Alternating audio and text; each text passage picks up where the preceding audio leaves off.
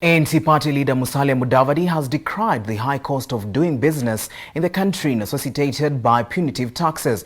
The former vice president and finance minister says the high taxation regime in the country was killing businesses and rendering many people jobless, especially with the COVID-19 pandemic. Addressing members of the Kenya National Chamber of Commerce and Industry on Wednesday, Mudavadi said that the many tax options by the Kenya Revenue Authority was mounting pressure on small businesses and that the informal sector. KNCCI President Richard Ngatia, who hosted the event, said many businesses in the country have been hard hit by the pandemic and reported that their ability to access finance either decreased by 58.8% or remained the same by 30.7%. We all know of the famous quotation, no taxation without representation. This is a very, very famous phrase, and it holds true today just as much as it held true when it was first said.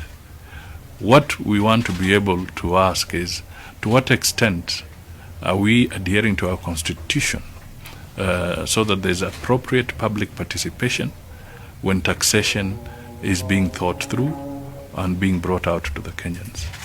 The long and short of it is that nobody says we should not pay tax. Nobody says that the small and medium people should not pay, enterprise should not pay tax. Nobody says Mama Mboga should not pay tax. We all have to pay tax. But what is key is that, is this tax becoming a hindrance? Is this tax killing businesses? Or is this tax supportive? Are we collecting tax merely to pay debts?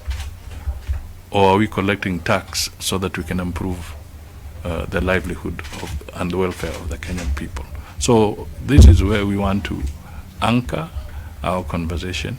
We want, whether you're doing boda business in Voi, whether you're selling vegetables in Gikomba, whether you're a trader who has imported some commodities, we are okay with that. But can the tax be realistic? Can it be fair? You know, when you say you want to suppress all the counterfeit, yes, you do.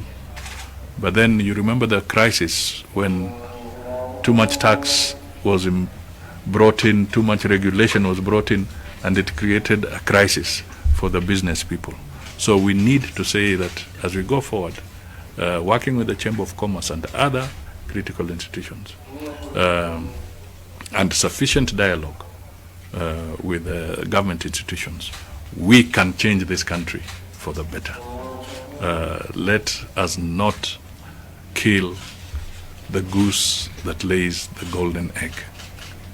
That should be the principle when we look at taxation. Let us not kill the goose that lays the golden egg.